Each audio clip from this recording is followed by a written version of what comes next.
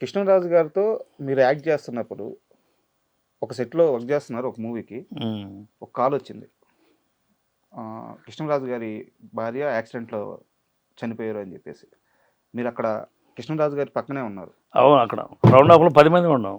ఆ కాల్ వచ్చినప్పుడు ఆయన ఎలా స్పందించారు, అది మీరు కళ్ళతో చూశారు కాబట్టి ఒకసారి ఆయన సడన్ షాక్ అంటే అసలు టోటల్గా చనిపోయిందని చెప్పలేదు తనకు కూడా. ఓకే, ఏదో చిన్న యాక్సిడెంట్ అంట, హాస్పిటల్కి తీసుకెళ్లారంట అని చెప్పాను అన్నారు. హాస్పిటల్కి తీసుకెళ్ళారు ఆయన అన్న కూడా సడన్గా స్టాప్, షూటింగ్ బ్యాకప్, ఇమ్మీడియట్గా ఎక్కెళ్ళిపోయి మళ్ళీ ఎందుకో కిందకి వెళ్ళాడు. కిందకి నుంచి మళ్ళీ వచ్చేసి మళ్ళీ ఒక గంట చేసి వెళ్తానులే అని అన్నాడు. అంటే కింద హాస్పిటల్కి వెళ్ళారంట, ఏడ్చి వెళ్ళిందంట. అంటే వాళ్ళ మేనేజర్లు ఎవరో చెప్పారు, ఆయనకి తెలియదు చనిపోయారు, తెలీదు.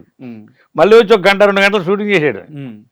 షూటింగ్ చేసి అంటే ప్రొడ్యూసర్ లాస్ అవుతాడో ఏమనుకున్నారో మరి.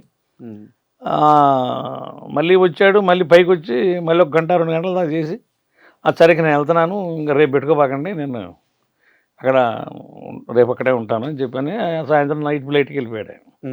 వెళ్ళేటప్పటికి అక్కడ ఇది అయిపోయింది ఆవిడ. అంటే టోటల్గా ఆయన వెళ్ళాక మేమందరూ మేనేజర్లు ఏంటి అని అంటే చెప్పారు అప్పుడు మాకు అందరు మేనేజర్లు, ఇలాగ చనిపోయింది ఆవిడ, యాక్సిడెంట్లో చనిపోయింది.